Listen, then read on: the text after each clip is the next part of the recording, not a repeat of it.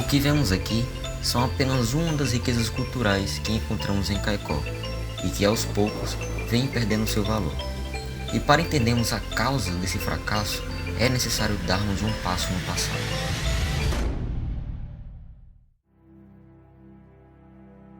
Hoje ela se localiza ali por trás da UFRN, nas proximidades do Hospital Tiago Dias, habitando uma região que antes fazia parte do Sítio Penedo. Não tem uma datação precisa da construção da Casa Forte do Cuó, mas acredita-se que foi em 1683 que ela foi mandada construir por um dos grandes sesmeiros que nós tínhamos aqui na região. Depois daquele período em que os holandeses permaneceram no Nordeste brasileiro, entre os anos de 1630 e 1654, quando os holandeses ocuparam boa parte do que hoje é o Nordeste, interessados na nossa produção açucareira, dominando todo esse processo, após esse momento, começou-se uma preocupação com o fato da criação de gado junto às áreas que se era destinada à produção de açúcar, porque a nossa principal economia nessa época era a produção de açúcar. Porém, a gente sabe que essa região, como todo o território, era ocupado pelos nossos queridos nativos, que erroneamente são chamados de indígenas, que eram de várias tribos. Aqui no interior nós tínhamos os tapuias, os trarairu, os pegas, janduí, entre outros.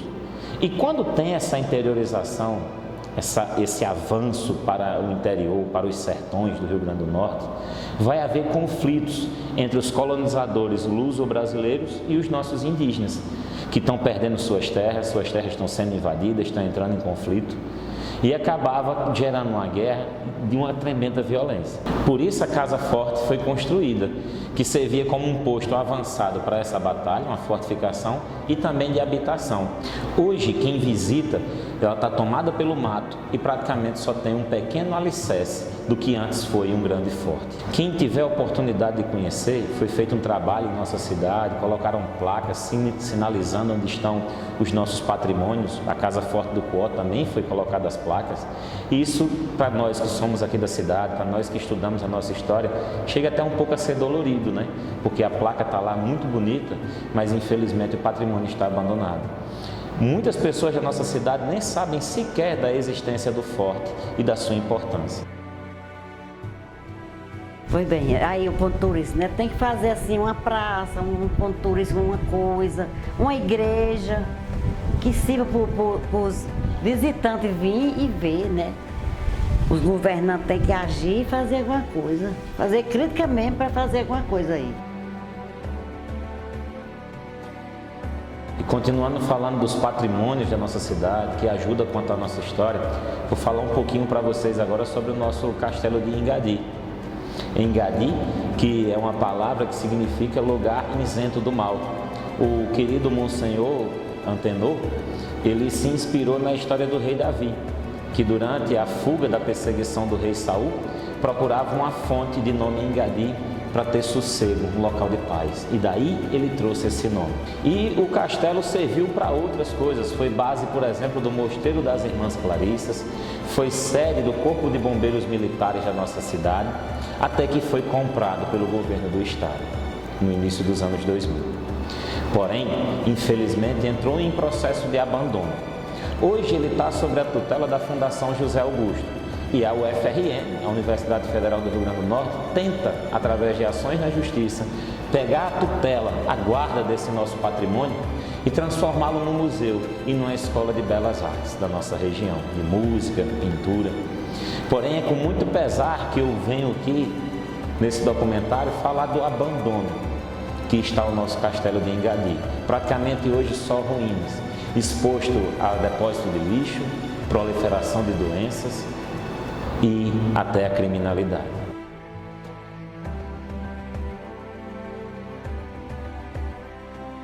Rapaz, eu cheguei aqui em 89.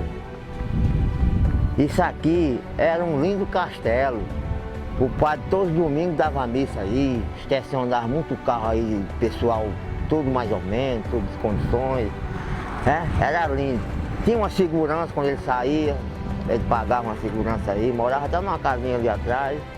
E era lindo, todo respeitado, tudo bem.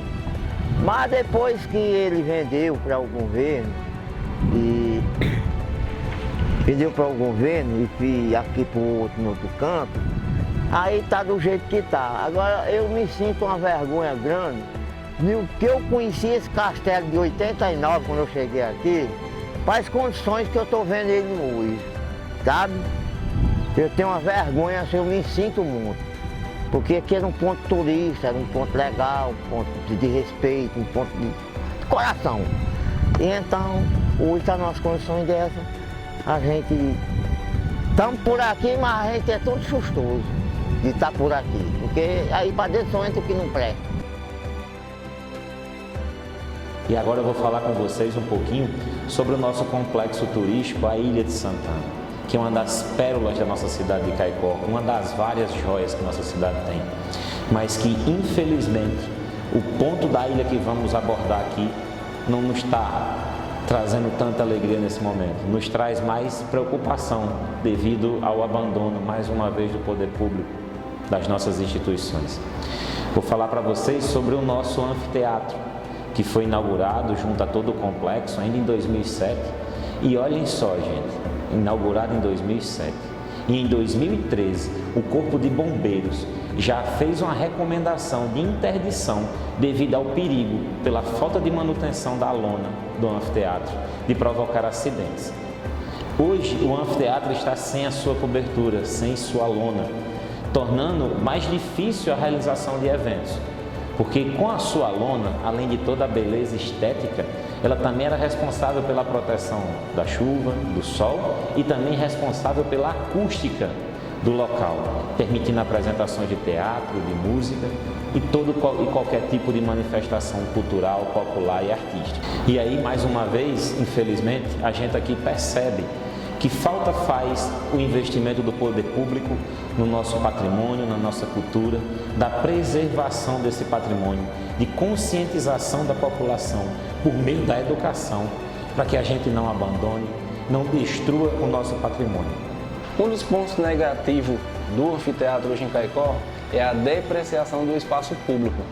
Pessoas eles danificam, pessoas quebram, a gente tem a parte estrutural lá na parte interna do anfiteatro, que se você entrar lá, o pessoal quebrou todos os banheiros. Então isso é um dos pontos negativos, que a própria população em si, ela destrói, ela acaba com o espaço que é deles.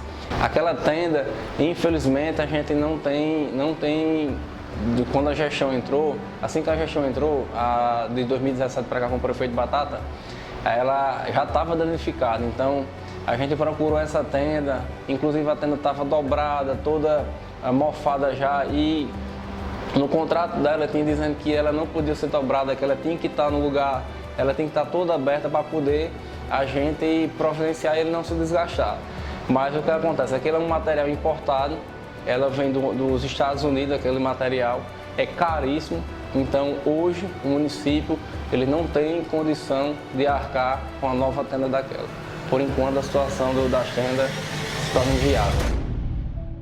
E aqui, relembrando a você que está assistindo esse documentário, da importância do nosso patrimônio histórico e cultural, para conhecer nossas origens, nossas tradições. A Casa Forte do Coó nos mostra como foi fundada a nossa região, como ela foi povoada, às custas de vidas, milhares de vidas, principalmente dos nossos nativos, dos povos que aqui viviam. O Castelo de Ingadi, um marco do século XX na nossa cidade, um marco da fé católica, da atuação do Monsenhor Antenor e um marco da nossa arquitetura, porque embora ele tenha se inspirado na arquitetura medieval, mas ele já fazia parte do nosso cenário. E infelizmente a gente vê o abandono desses patrimônios, inclusive do anfiteatro da Ilha de Santana, que está sem lona devido a essa falta de atenção.